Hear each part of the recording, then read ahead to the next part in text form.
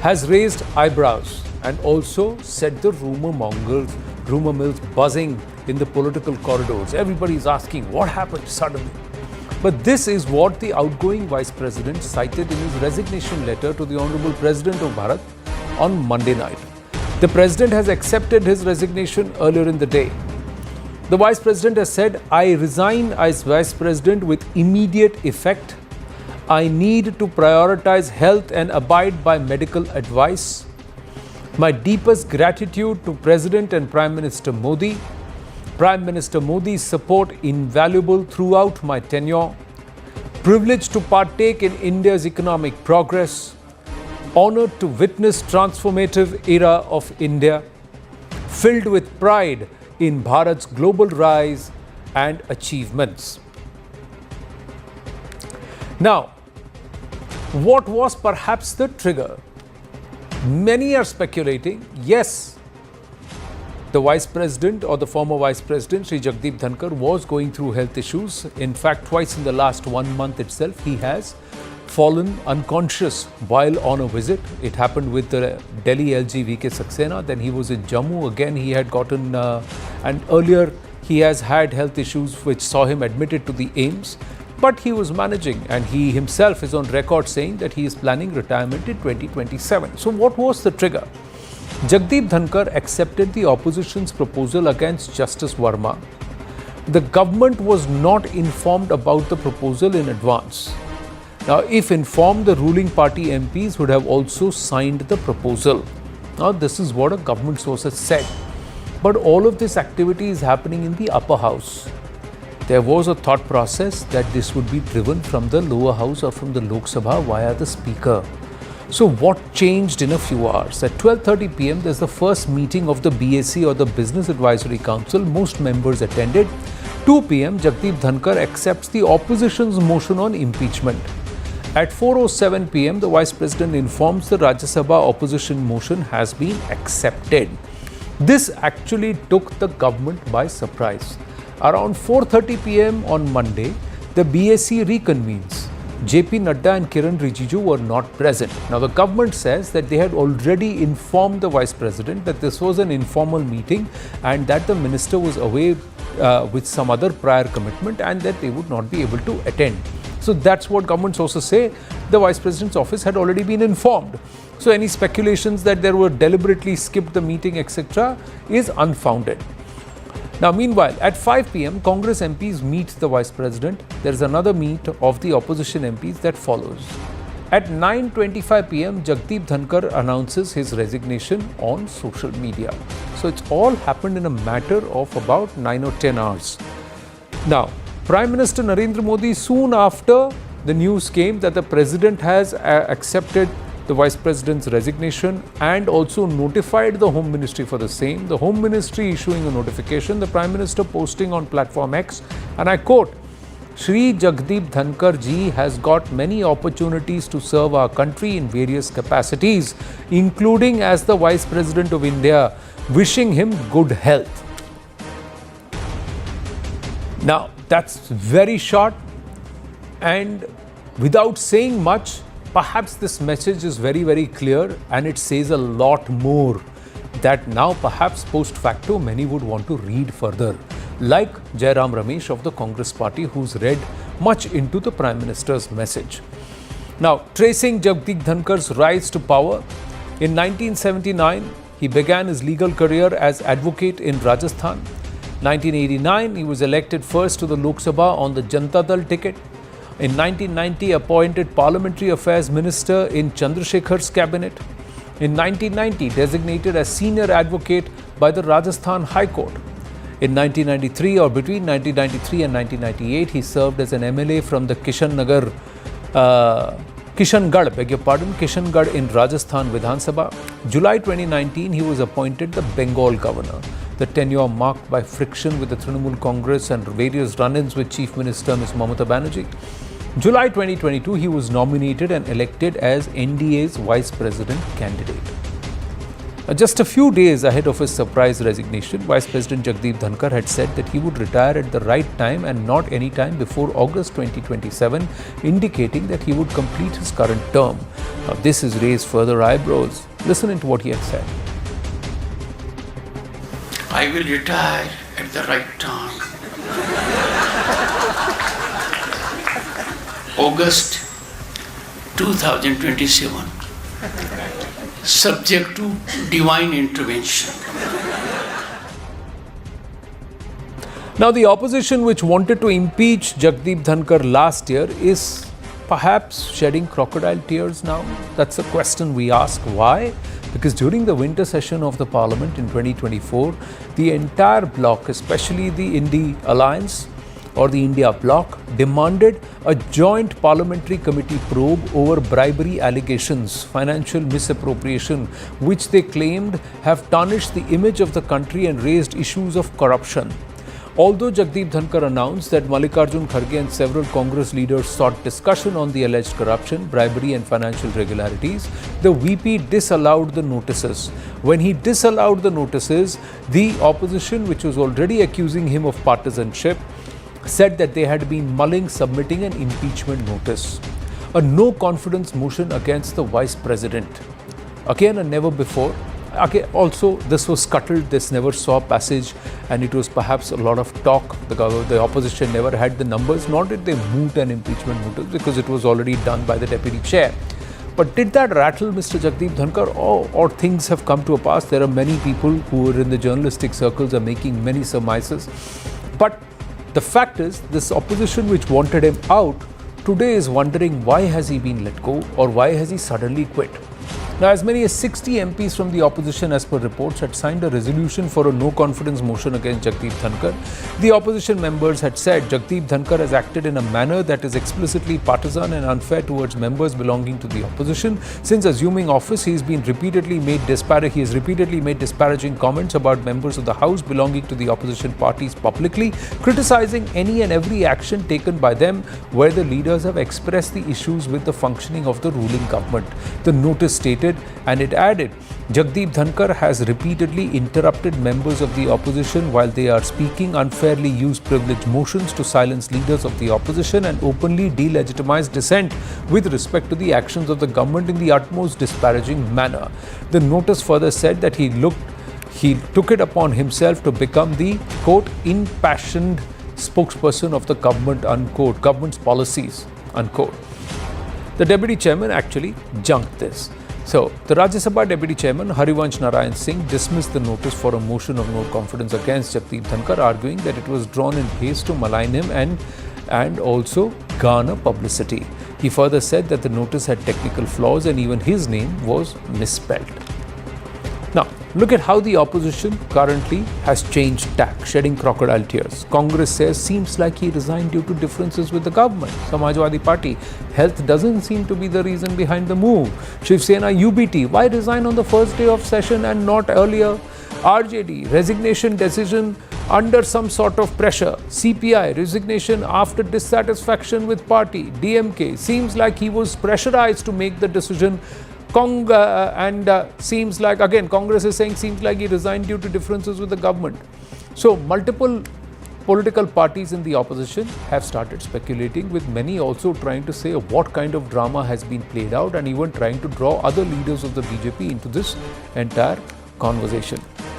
Now, the opposition repeatedly attacked the Vice President in the past. In December 2023, a video from Parliament complex showing Trinamool Congress leader Kalyan Banerjee ostensibly mimicking Rajya Sabha Chairman and Vice President Jagdeep Dhankhar and Congress leader Rahul Gandhi recording it earned Dhankhar's ire, and he called the act shameful, ridiculous and unacceptable. In April 2025, Trinamool Congress's Kalyan Banerjee said he does not deserve to remain in the post of Vice President of India. He cannot attack one of the pillars of our democracy.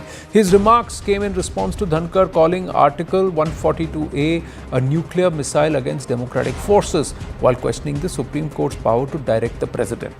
In December 2024, Congress Chief Mallikarjun Kharge said politics has taken precedence over rules in the Rajya Sabha and the chairman has indulged in partisan behavior.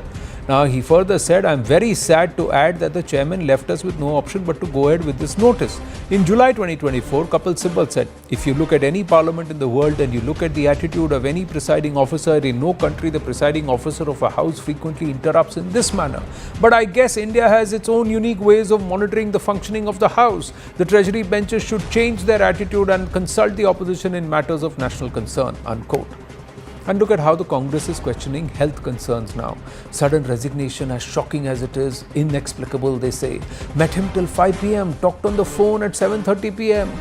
There is more to the VP's resignation than meets the eye, they say. VP took government opposition to task in equal measure, they say. Now he is not partisan. Now he is bipartisan. VP had fixed Business Advisory Council meet. Expect the Prime Minister to get Dhankhar to change his mind. Let's listen to some of the reactions.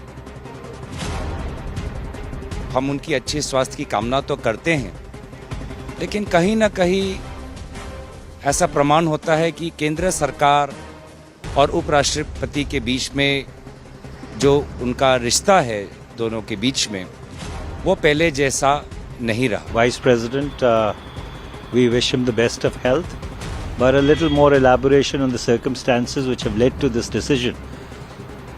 Even though it might be a personal decision, but since he holds a public office and there are 146 crore Indians who would be equally interested and invested in knowing the facts, a certain amount of elaboration will help. दुखद है, दुर्भाग्यपूर्ण है, चौंकाने वाला है।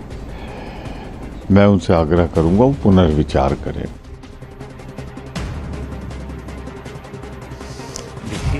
विपक्ष है, उनका काम है बोलना।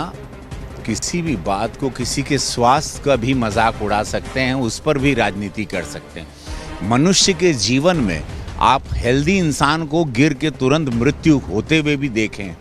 कब कौन से पल आदमी बीमार होता है, सुबह क्या है, शाम को क्या, वो नहीं लोग बोलते हैं अभी तो बात कर रहे थे। तो ऐसा नहीं है, उनको डॉक्टर ने कहा कि भाई you need to rest, if somebody wants to rest, उस पर भी राजनीति। किसी का शरीर गवाह नहीं कर रहा है, डॉक्टर ने कहा होगा, कोई रिपोर्ट आई होगी, कोई मेडिकल जांच हुई होगी, डॉक्टर ने कहा होगा just take care, you need to rest, so somebody is resting. अब उस पर भी आप राजनीति कर रहे हैं, मतलब हद हो गई। राजनीति का लेवल दिन ब दिन नीचे गिरता जा रहा है। Rest pe Rajniti, or is it Rajniti that has forced him to rest? Now that's where the whole conversation is, viewers. Here's what's going to happen next. From now on, the Deputy Chairperson of the Rajya Sabha, Harivansh Narayan Singh, has taken over Jagdeep Dhankharji's duties. The Ministry of Home Affairs has announced the vacancy through Gazette notification. The Election Commission will now announce the Vice Presidential election schedule. The election must occur within the next 60 days and without any delay. Only MPs are allowed to vote via secret ballot. The new Vice President is likely to be elected before the 19th of September 2025. Now, let's tell you how the numbers currently stack up in the houses when the Vice President elections take place. Now, have a look at this. This is and there is a clear upper hand for the NDA. The NDA has 293 in the Lok Sabha. The INDIA bloc has got 231. That's the India bloc. And others are 18. So the total number in the NDA is 425 overall. And how does that come along? Because the Rajya Sabha, the NDA clearly has the upper hand with 132, 76 here for the INDIA bloc or the India bloc, and 32 for the others. So overall, there are 50 others. But even if that, all of them were to back the opposition, that's unlikely. The NDA is far more comfortable, so they will be able to push through. If there are no fissures within the NDA, they will be able to push through with their choice of the vice presidential candidate. Now, who's that going to be? That is a big, big question, viewers. So here's what we are trying to do on CNN News 18. Going forward, we'll also try to take your point of view. So on a day poll, we just quickly decided to get across to a few of our respondents or viewers via Brand Pulse, and Brand Pulse has reached out to respondents, male, female, across the country. It's a sample size of about 2,406 respondents, and we wanted to understand what India thinks. And here is India Speaks on Jagdeep Dhankhar. on this entire resignation. So let's understand this. The first question, has Jagdeep Dhankhar been a good vice president? And we have a huge number of the respondents who have turned around and said yes. 56% of the respondents have said yes, he has been a good vice president. 20% say no. And there are about 24% who have no opinion, who can't say. The next question. Are you surprised at VP Dhankhar's sudden resignation? 62% of the respondents have said yes, we are surprised.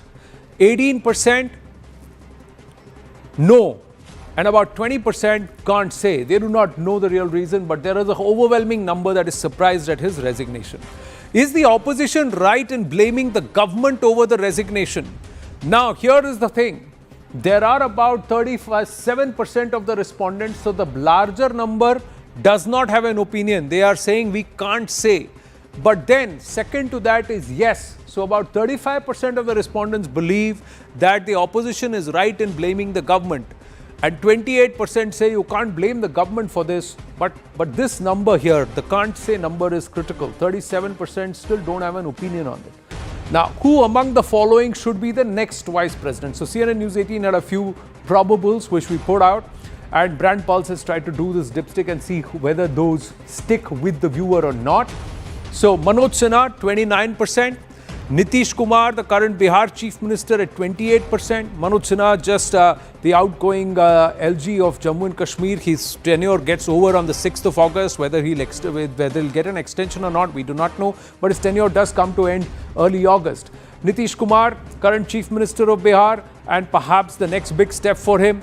Will that happen? Rajnath Singh, the Raksha Mantri, is at 24%. And JP Nadda, the outgoing BJP president, is now, and the health minister of the country, is at 19%. So these are the viewer thought processes. Manoj Sinha emerges the favorite, just 1% ahead of Nitish Kumar, who himself is about 4% ahead of Rajnath Singh.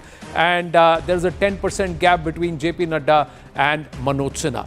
The last question. Do you think India should have a female vice president? So this is a question we thought, let's see what the viewers have to say. 60% of the respondents say yes, if we have a female president, we should also have a female vice president. 60% of the respondents have said that, 27% have said no, and about 13% have said can't say. So we'll try and put those numbers. Tell us what you think, and we'll try and conduct these polls more often here with Brand Pulse doing the work for us on ground. Meanwhile, let's go across. We have another big story, and before we get to that big story, I just thought we'll get quick thoughts from Dr. Anand Ranganathan and Professor Nachiketa Tiwari on Vice President Jagdeep Dhankhar, and then move on to the big story and our signpost today, which is actually the entire grooming gang's Pan Bharat operations. But yes, Dr. Ranganathan, many people are saying kuch to gadbad hai. Now, who tried to do the gadbad is a big question. Was it the government, was it the opposition, or was it Mr. Jagdeep Dhankhar himself? Good evening, Anand, and good evening to my fellow panelists. Look, you know what they say about conspiracy theories. You know, a theorist has to be right every time, but a conspiracy theorist has to be right only once. So I don't want to be a conspiracy theorist out here. But the facts of the case are that I believe the vice president. I think, you know, the health concern is something, especially if you look at his health, particularly what happened in March, and you talked about two instances where he lost consciousness, but particularly in March when he complained of chest pain and was admitted. You know, obviously what follows from there medically is something that can happen all of a sudden, and I know it more than years. Yes.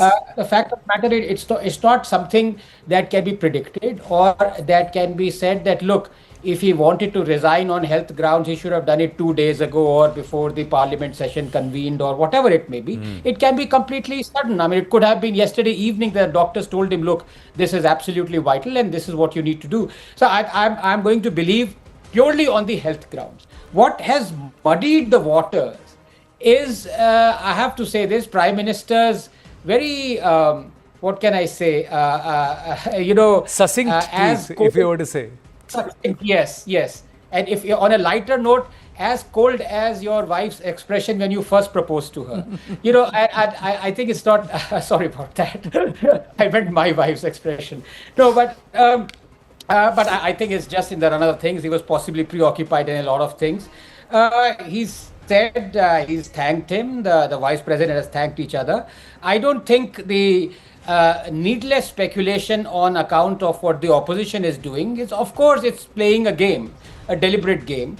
We don't need to look much into it. Right. I think search for the next vice president. And by the way, can I commend Honorable Dhankhar ji for he's played a wonderful role. He, if you know, he's been a politician who's been involved in all parties. Congress.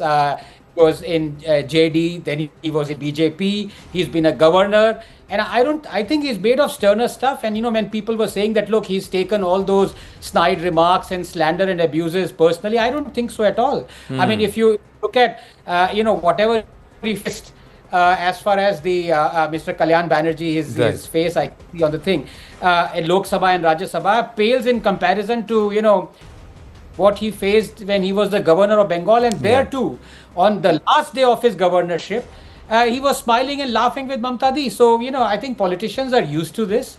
You look at Narendra Modi, you look at Rahul Gandhi, I think they take abuses in their stride. I don't think it's that. I think it's purely on health grounds.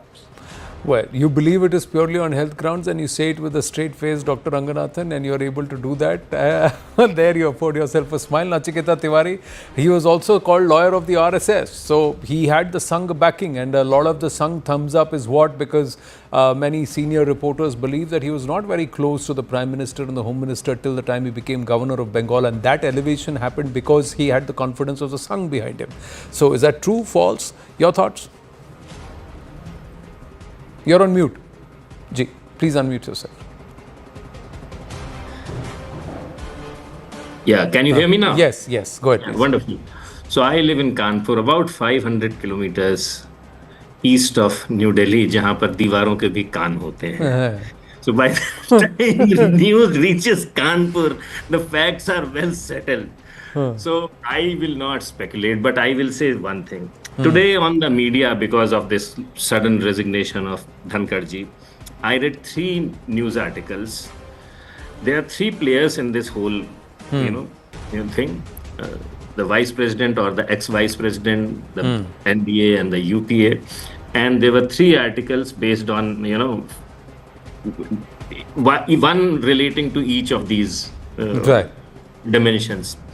Honestly, I have no clue. I will not venture, but I will say that over the last several years, I didn't know him as a politician, what he stood for, how his views were, but his role as a governor in West Bengal and as the vice president in the center, he has earned a lot of my respect. I mean, he speaks straight, he speaks clearly, he knows what he's talking about, he's not ambivalent. And I respect him for that. Right. But I really do not know. I have zero clue on this. वो आप लोग वहाँ पर experts हैं, आनंद हैं. नहीं expert नहीं. I'm just saying. आनंद नरसिम्हन. तो आप लोग उसका थोड़ा analysis विश्लेषण करिए, मुझे बताइए थोड़ा सा कि क्या चल रहा है. नहीं विश्लेषण तो नहीं sir. I think there are a lot of people who have a lot of things to say. But it will all perhaps come out. But at the end of the day, what the Prime Minister's tweet itself was so succinct. It was not very flowery, but it was formal. It was not disrespectful, but it said a lot. I think कई बार वो कहते हैं ना कि खामोशियाँ बहुत कुछ ज़्यादा कह जाती हैं, and कम कहने में बहुत ज़्यादा आप कह जाते हैं. So that also has happened. So there is a messaging that's also gone, that you cannot create perhaps a power center within the entire echelons of power. There are certain lines that you should not cross, certain boundaries that you should not cross, and perhaps you cannot embarrass the government when there was no malified intent, because then you deliberately try to embarrass the government, then there is a malified intent. So perhaps these are all aspects, but we also wish him a safe recovery and good health, and may he be around in the spectrum in public life for a while. Best wishes to Jagdeep Dhankhar ji, because there is no effort to try and stop him too.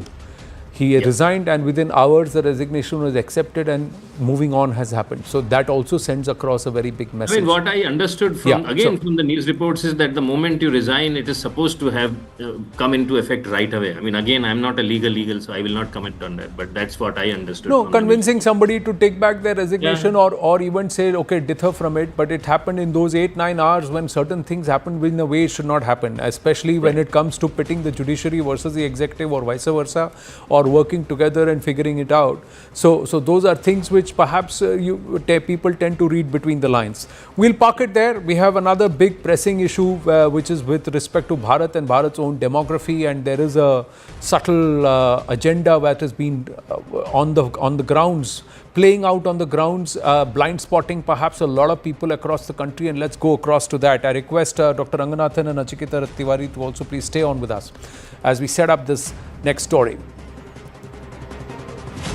From Goa to Kolkata, a covert network allegedly coercing women into conversion and radicalization has been exposed. Foreign funding, fake identities, terror-like tactics point to a larger coordinated operation. The UP cops busted a pan-Bharat ISIS module, and I'm quoting the cops here. The crackdown, 10 people have been arrested across 6 states after raids. The mastermind of the racket was held from Agra. Girls, young girls were targeted. They were lured with jobs and then coerced into converting. The modus operandi of these gangs, following a very ISIS-inspired radical module, using social media, dark web to radicalize youth. The funding allegedly from Canada, US, Pakistan and Gulf nations. The terror links with PFI, SDPI and Pak terror organizations. CNN News 18 also spoke to the parents of the girls from Agra who were reconverted, who were recovered from Kolkata. Listen in. 4 महीने का 3.5 महीने का जो समय बीता है, जो हमारे लिए बड़ा ही डरावना, डरपोक, ऐसी कठिन समय था, उसकी कल्पना करना भी बड़ा मुश्किल काम है, क्योंकि बंगाल में धर्मांतरण के प्रति कोई यूएपीए कोई एक्ट नहीं है और वहाँ ना इस तरह का कोई एक्शन होता है। तो जब यहाँ की पुलिस टीमें गई तो वो एक किराए के मकान में रह रही थी और वो पूरा टोटली मुस्लिम बाहुल क्षेत्र था, पतली पतली गलियाँ थी, वहाँ से उनका पुलिस ने तैयारी करके उनको बड़ी मुश्किल से वहाँ से बरामद करी। वो उनका धर्म परिवर्तन करा करके जो उनके साथ टीम लगी हुई, वो ऐसी उनकी योजना हो सकती है, इसकी बिल्कुल आशंका है, क्योंकि इस टाइप की गतिविधियाँ चल रही हैं जिससे उनको पहले ब्रेन वॉश करो, बच्चों का ब्रेन वॉश करो और उसको धीरे धीरे अपने जाल में फंसाओ, धीरे धीरे उनके ऐसे बन जाओ, मीठे बन जाओ, जिससे कि मतलब वो उन्हें लगे कि इनसे बढ़िया कोई नहीं है। Now, the parents have revealed that both my daughters were living in rented room in Kolkata. Papers for conversion were being prepared. Papers for marriage were being prepared. They were studying according to the guidelines given to them by the gang. They were studying the Quran. They have no regrets. They feel what they have done is right. The entire network has spread its tentacles across the country. There is no law against conversions. These kind of induced conversions in Bengal, brainwashing is not monitored at all. Our daughter was recovered from a Muslim-dominated area. They may have planned marriage by converting her. There is a possibility of a big conspiracy. Her behavior was unusual for 7 to 10 days. She used to leave home without informing us. Agra police said that they will support us in counseling her. There's more. अभी तो normal ही है और उनको counselling की तो जरूरत पड़ेगी। आपने किसको कहा है काउंसलिंग के लिए? सरकार ने पुलिस से बात करी है, आगरा पुलिस से बात करी है, उन्होंने आश्वासन दिया है कि इसको हम आपकी पूरी सहयोग करेंगे और इसमें सब काउंसलिंग में पूरी मदद करेंगे जिससे इसकी पुनरावृत्ति दोबारा ना हो। उत्तर प्रदेश सरकार इस मामले में बहुत ही गंभीर है कि किसी भी युवती का इस तरह उसके खिलाफ कोई भी कार्रवाई होती है तो तुरंत पुलिस कार्रवाई करती है। और मैं इस संबंध में उत्तर प्रदेश पुलिस का धन्यवाद करना चाहता हूं कि उन्होंने समस्त कार्यप्रणाली को देखते हुए शीघ्र कार्रवाई करी। और मैं अंत में आदरणीय यशस्वी मुख्यमंत्री योगी आदित्यनाथ जी का सहृदय धन्यवाद करता हूं कि उनके दिशा निर्देश से इस प्रकरण का जो उजागर किया है वो अति प्रशंसनीय है। सर 2021 से पहले ये पीएचडी करना चाहती थी और ये नेट की कोचिंग ले रही थी खंडारी से। तो वहाँ पर ही कश्मीर की मुस्लिम लड़कियाँ भी आई हुई थी। तो ये साइमा उर्फ खुशबू नाम की एक लड़की के साथ क्लोज हो गई थी। तो उस लड़की ने ही इनका इस्लाम के बारे में बताया और इनको सब अच्छा लगने लगा। वो सब बताती थी कि हम ये हिजाब पहनते हैं, बुर्का पहनते हैं, देखो कोई देख नहीं सकता, कोई वो नहीं कर सकता, आपके में छोटे छोटे कपड़े पहनते हैं। तो सब मतलब उसको बताती थी कश्मीर के प्रति। तो उसको इतना आकर्षित कर दिया था कि वो कहती थी मुझे कश्मीर ही जाना है। तो हम द केरला स्टोरी है, समझ लीजिए सर वो हमारी स्टोरी है। ब्रेन वॉश कैसे किया था वो हमारी स्टोरी है सर। जब वो 2021 में कश्मीर से एक ही दिन में लौट के आई थी तो कुछ दिन तक तो सर वो बहुत गुस्से में रहती थी। अच्छा। कि मुझे तो इस्लाम ही अच्छा लग रहा है, आप मुझे यहाँ क्यों ले आए, मुझे वहाँ जाना है। तो ऐसे बहुत गुस्से में रहती। स्टार्टिंग में आई थी तो कहती थी कि मुझे नमाज़ पढ़नी है। तो स्टार्टिंग की बात थी तो सबने बोला था कि जैसे ये कहती है करने दो, धीरे धीरे सब ठीक हो जाएगा। तो मैंने बोला ठीक है तुम पढ़ लो नमाज। The WhatsApp chats of this 18-year-old conversion victim has also been accessed now here at CNN News 18. The chat show the girl wanted to become a mujahida, female warrior for Islam. The chat show she wanted to sacrifice herself for Islam. They spoke of Qayamat or Doomsday and Islam's acceptance by all. Everyone eventually will become a Muslim. Display picture showed the girl in a burqa with an AK-47 in her hand. Now there's more information about the Agra conversion racket. The accused Alif is from Jaipur. He was a Hindu Rajput by birth, converted to Islam after relationships with a Muslim woman, acted as a legal advisor for other converts, named individuals linked to Lashkar. He gave mobile numbers, names, and these numbers will be verified by the UP STF and the ATS. The second accused, Abu Talib, he hails from Muzaffarnagar, involved in attempts to convert two girls, later rescued the accused Rehman Qureshi, another one, he's a resident of Agra, runs a YouTube channel named Sunnah with over 1.69 lakh followers. He's accused of brainwashing individuals. The next accused is Abdul Rahman, converted individual from Uttarakhand and targeted Hindu girls for conversion. He lured girls via marriage into Muslim families. The next accused is Ali Hassan, a court employee, husband of Aisha from Goa. The real name is Shekhar Roy. He's a converted individual. He provided legal assistance to those involved in conversions. Then the accused Aisha from Goa reportedly acted as a main funding distributor, circulating money to those executing conversions. Dr. Anand Ranganathan, author with us, Professor Nachiketa Tiwari, IIT Kanpur. He steered the launch of MA Hindu Studies program in 25 plus universities across Bharat. O. Shruti of the Arsha Vidya Samajam with us, and Zahak Tanveer, Middle East expert, is also with us. My namaste, Jai Hind, thank you very much for your patience and your time. O. Shruti, let me ask you, you see this entire network that is unfolding across UP and Bihar and also Madhya Pradesh. Cases from Indore have emerged, cases from Motihari in Bihar have emerged. We'll talk about that in a bit. What are your thoughts? Have you experienced something similar? Is it similar to the pattern that is witnessed in Kerala?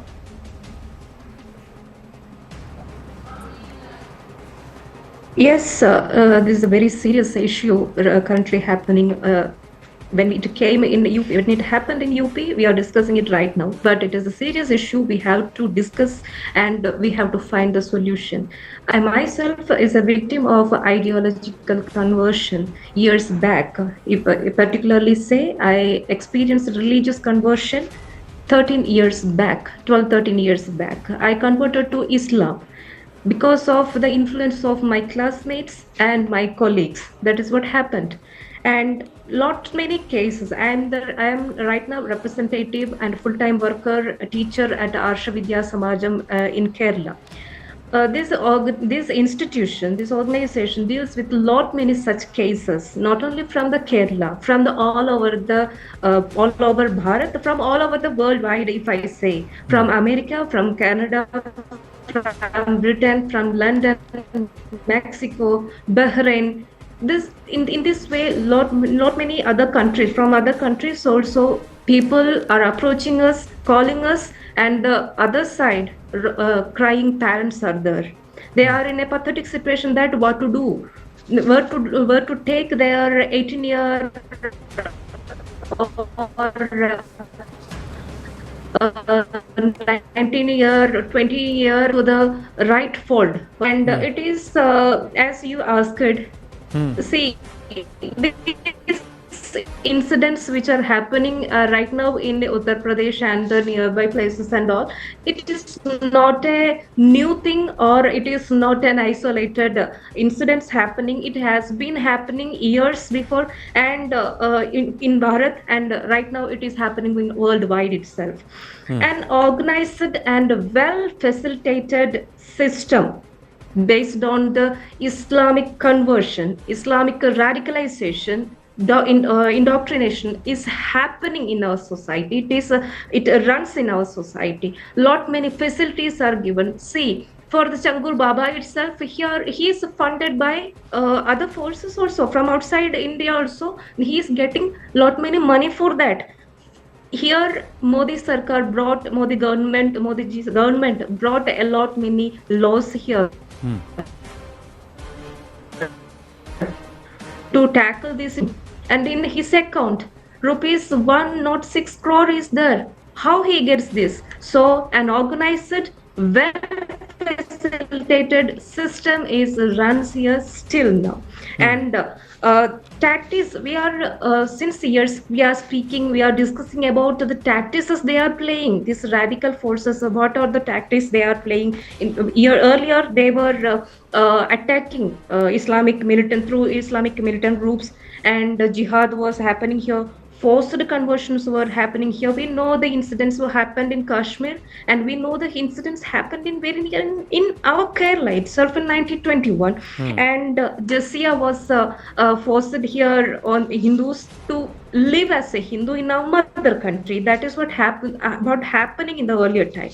Current situation, status is slightly changing in modern society. Like reservation. Through reservation, they are trying to grow their religion here, and organize the vote bank system they are implemented here, and through charity, through love jihad, through ideological jihad, through narcotic jihad, and land, money, job, even sex jihad they are bringing here. Different tactics they are bringing. But the main fact, the main issue, the core issue we have to focus is conversion.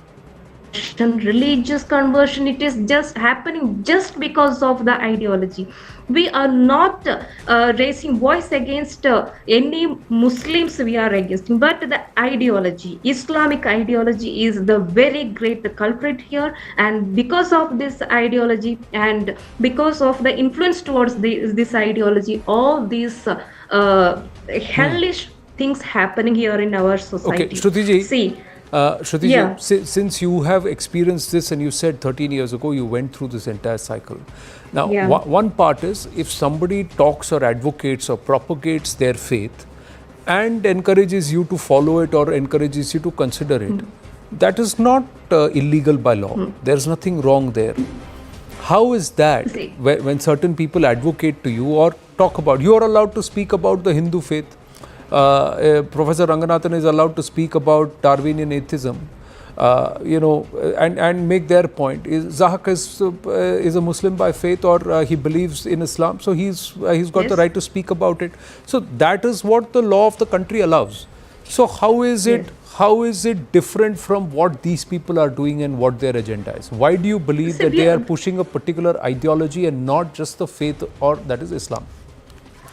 Say, as see, as a representative of all victim people for the ideological or whatever types of conversion happened here, as a representative of all those victims, and as a representative of the institution who is right now also dealing with such cases, I would say we are not raising voice against the law which is provided by Bharat government or the laws here provided.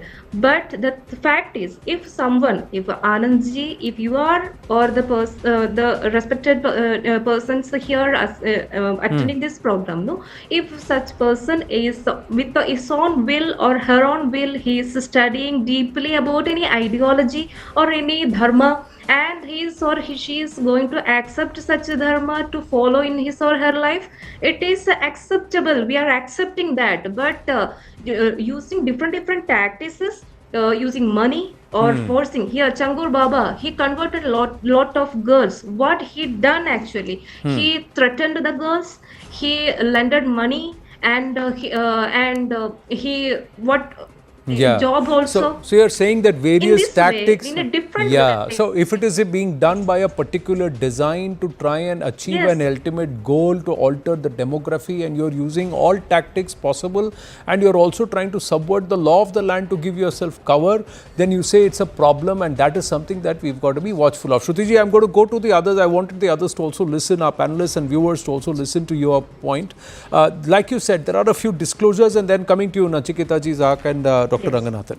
See, some of the disclosures from this entire Chhangur conversion case that have come through. One of the victims has said she's from Bengaluru. She's now in Saharanpur. And she says Chhangur syndicate threatened her. So this was intimidation. The second disclosure, parents of missing Balrampur girls say Mubarak Ali and his son Naseeb Ali kidnapped their daughter. So they forcibly abducted her and then did it. We'll try and get Shrutiji back. Mubarak was their neighbor actually. Don't know about Mubarak and our daughter's whereabouts now. So they are gone. Now, where? We don't know. What's happened with them? They don't know. The authorities don't know. They're still looking.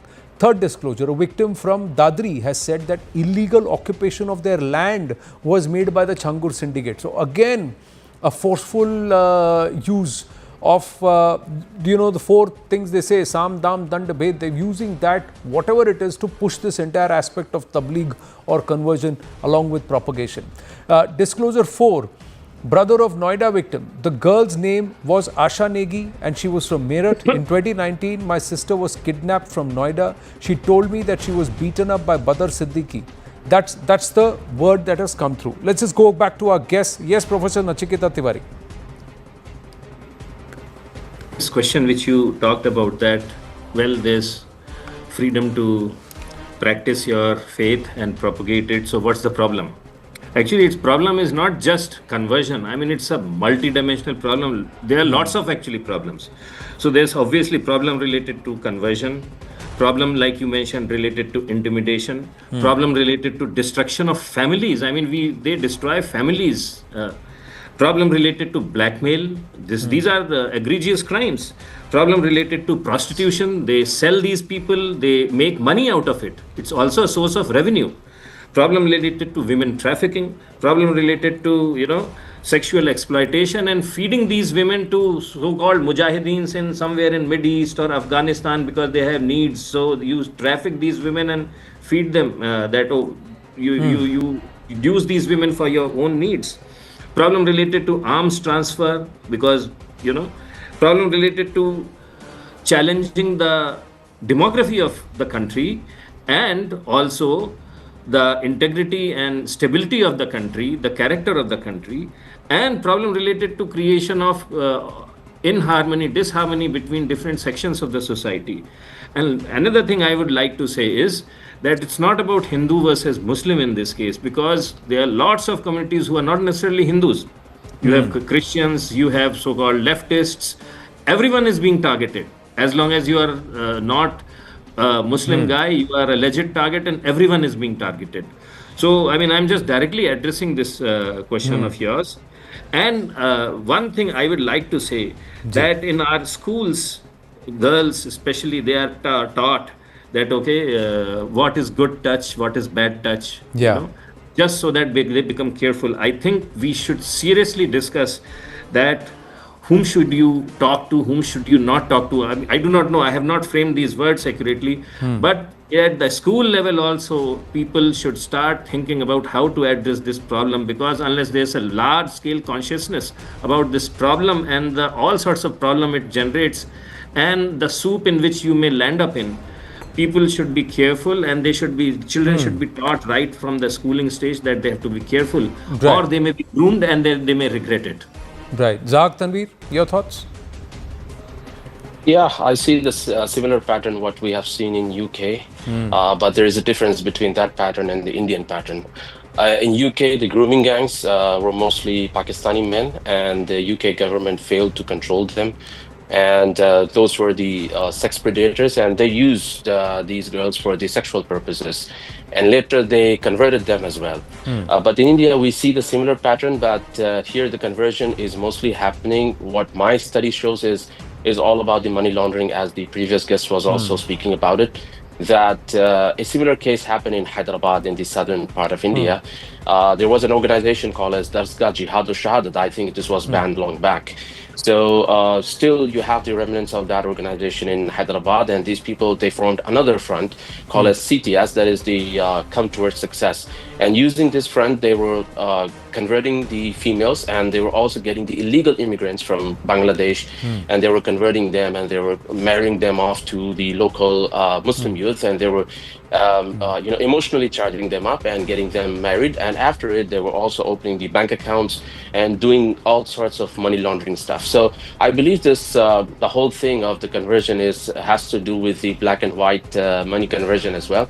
And if you look back in the Indian history, you will find that the Sufi preachers used to do the conversions, and later we saw that the Muslim rulers, they gave the incentives and changed the social status, and they gave the conversions as the kind of incentive to the people who converted to Islam. And later we have seen in the after 1990s, especially with the rise of Dr. Zakir Naik, and I studied him, and I also spent a lot of time with him, Dr. Zakir Naik. So Dr. Zakir Naik, especially during the time of UPA, I mean, in the previous government, he had a free hand to do conversions, and we saw that a lot of conversions happened during the time. And Jamaat Islami was the backbone of Dr. Zakir Naik's, agenda. And we saw that his influence was also on the Tablighi Jamaat. Tablighi Jamaat was mainly focusing on converting the Muslims and making the Muslims better Muslim, but later they were influenced by Dr. Zakir Naik, and they also started converting the non-Muslims as well. And Kaleem Siddiqui I think he was arrested. And the case which you just mentioned about the Haryana case, I think the Kaleem Siddiqui's name also came up. Yeah. So this is my observation and insights. True. Now, Dr. Ranganathan, thank you for your patience. Before I come to you, there's another case. This has come from Varanasi. This is another racket that has come to the fore. Again, Chhangur's gang pressurizing a man to convert. The man was tortured to accept Islam, beaten up for not reciting the kalma and offering namaz. Chhangur tried to brainwash this man. His 5-year-old daughter was also made to convert. Yes, Dr. Ranganathan. The only question that's running in my mind right now, Anand, is that at the end of this debate, would all of us be branded Islamophobic, or would some of us be spared? Look, let's be very honest about this. The day a democratic nation decides to be multi-religious, with one of the religions being Islam, its fate is sealed, in that it will inevitably turn uni-religious, with that religion being Islam. We're not trying to reinvent the wheel out here. Remember what Dr. Ambedkar said, quote, Islam is incompatible with local self-government because the allegiance of a Muslim does not rest in his domicile in the country in which is his, but on the faith to which it belongs. Remember what Rabindranath Tagore said, there is a religion on earth with distinct enmity against all other religions, that is Islam. It is not just satisfied with observing its own religion, but is determined to destroy all other religions. Were they Sangis like us? Look, the issue is not about people following different religions or one religion more than the other. As long as everyone loves and respects India and each other, why should it matter which religion one follows? Why? Unfortunately though, Anand, we live in a real world, and it does matter. And we've seen this all too often. when the newly converted become proverbially more Catholic than the Pope. They begin to espouse values that are not in consonance with Indian values of love and tolerance and questioning and love for everyone and every religious belief. As soon as demography allows it, the balance tilts. We've seen this in the Kashmir Valley, haven't we? Yeah. How ethnic cleansing of Hindus transpired, how cinema halls were banned, how women were targeted for what they wore, how homosexuals were persecuted, how Sharia was given prominence over constitution. Look, forced conversion or conversion by means of inducement, allure, monetary, social or health benefit, or through miracle cure inducement is clearly illegal and should be banned. The problem is not conversion or preaching. No sensible person can be against it. After all, religion is an idea, and a follower of any religion has every right to express that idea and try and convince people to come into his religion's fold. Just that, as you said correctly, I have every right to quote, unquote, preach science or atheism or Darwin's theory of evolution and try and convince people to leave religion and come into science's fold. So I can never be against conversion or proselytization. The issue is forced conversion, and unfortunately there is a very thin line between ethical conversion and forced conversion, and the purveyors of religion snort it with gay abandon. The ulterior motive, Anand, just 10 seconds, as Dr. Ambedkar himself said a century ago, to convert Darul Harb into Darul Islam, and we cannot do anything. And the point is that proselytization says you talk up your faith or whatever you are propagating, but that doesn't give you the right to talk down another belief system or another faith.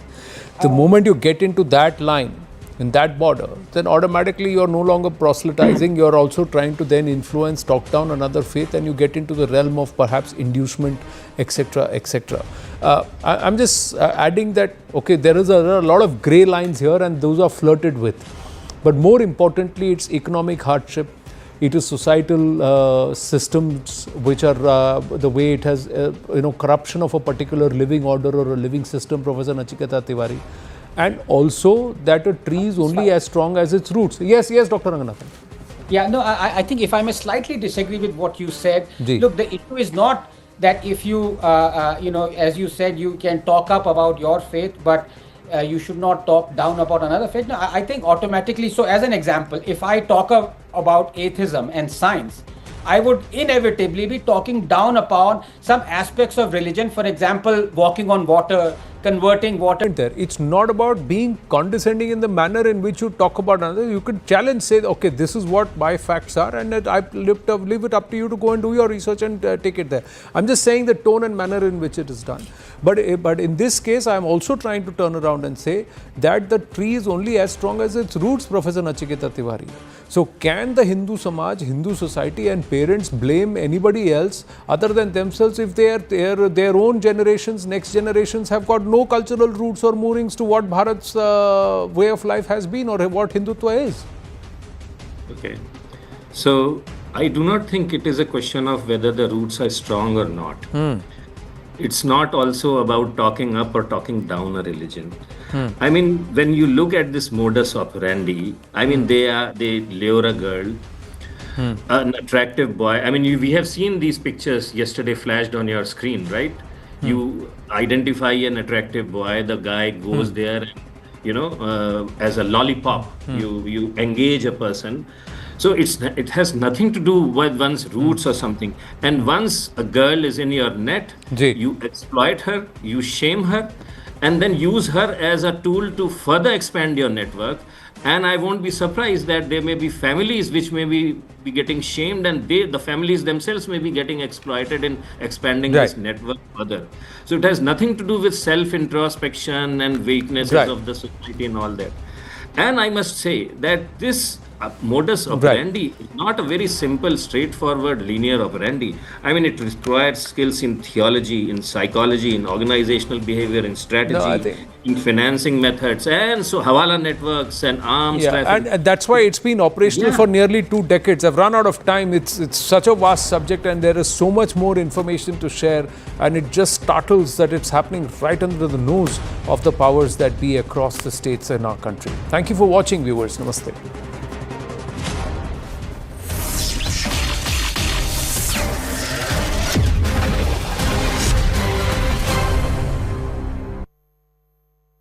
Co-presented by This is News 18 Network.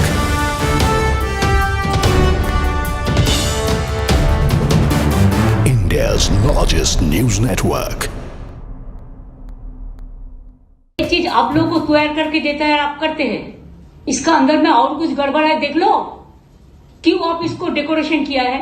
ये आपका decoration हो सकता है और इसको जवाब दिया हम नहीं कर सकता। इसको पार्लियामेंट्री कमेटी सब है, एमपीज लोग है, उसको सवाल करने का आदत है, वो जब मौका मिलेगा करेगा। लेकिन आप तो क्वेश्चन तैयार करके ले आया, रिप्लाई तैयार करके ले आया, आपको कैसे पता चला इसके लिए किया? You cannot decide the political parties for what reason Mr. Dhankhar resigned. You cannot decorate that line. Kamalika, my colleague, now joins us, getting us more perspective. Kamalika, it was the Congress that was leading the attack on the government, raising questions on the timing, on the reason behind why Jagdeep Dhankhar had resigned. Mamata Banerjee too echoing that sentiment. Yeah, absolutely. And one thing is very clear. Mamata Banerjee said in a statement that Jagdeep Dhankhar is a healthy person, he's very well. So it's quite clear that she hinted on that whatever reasons have been showing, whatever things have been projected, is not what is the fact, and she definitely feels that there is something garbar in it, and that's what she has stated. Though she stated that she doesn't want to comment on this directly, but her statement is quite clear that she feels that something deep inside is garbar, and whatever theories are coming up or whatever theories are being given are not right. That is what she's been projecting. So definitely Mamata Banerjee again puts the point forward, and the fact that when the second question was asked to her, she stated that Jagdeep Dhankhar is absolutely okay and he is a healthy person. That's what she mentioned, and said garbar, there's something garbar into it. So very, very interesting development, and that's what the reaction from Mamata Banerjee clearly reflects, that whatever theories are coming up on Jagdeep Dhankhar is really not being supported by Mamata Banerjee, and she feels something deep inside is very wrong. Right, Kamalika, thank you so much for getting us the latest on that front.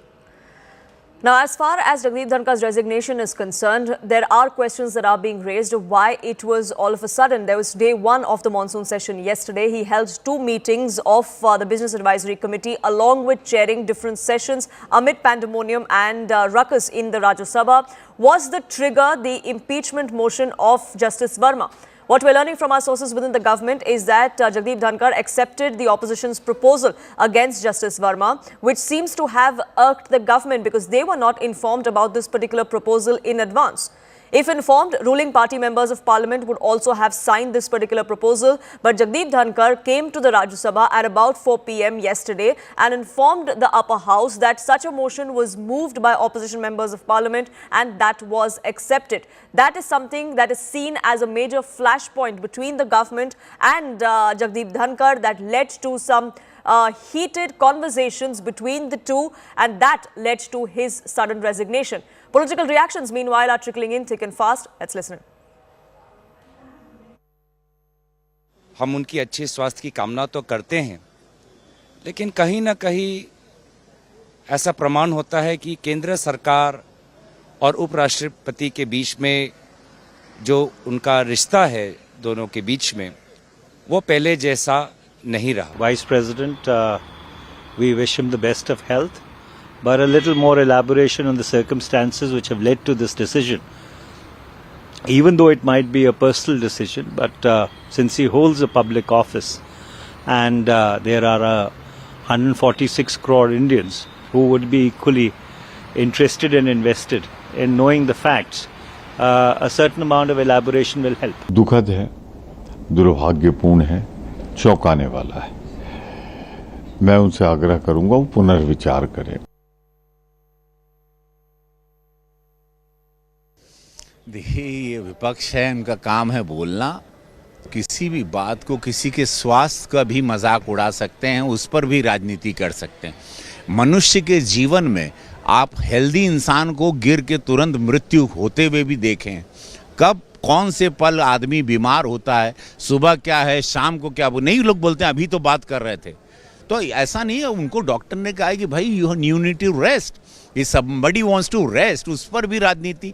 किसी का शरीर गवाह नहीं कर रहा है, doctor ने कहा होगा, कोई रिपोर्ट आई होगी, कोई मेडिकल जांच हुई होगी, डॉक्टर ने कहा होगा just take care, you need to rest, so somebody is resting. अब उस पर भी आप राजनीति कर रहे हैं, मतलब हद हो गई। राजनीति का लेवल दिन ब दिन नीचे गिरता जा रहा है। We all know that inside the corridors of powers in Parliament, we heard that the BJP MPs were signing an impeachment motion yesterday. Even ministers were signing. Therefore, on whose impeachment they were doing it, it was on white paper, and the resignation followed in the night. Now, Prime Minister, after about 12 hours, has come out with this statement. Let us wait for Mr. Dhankhar.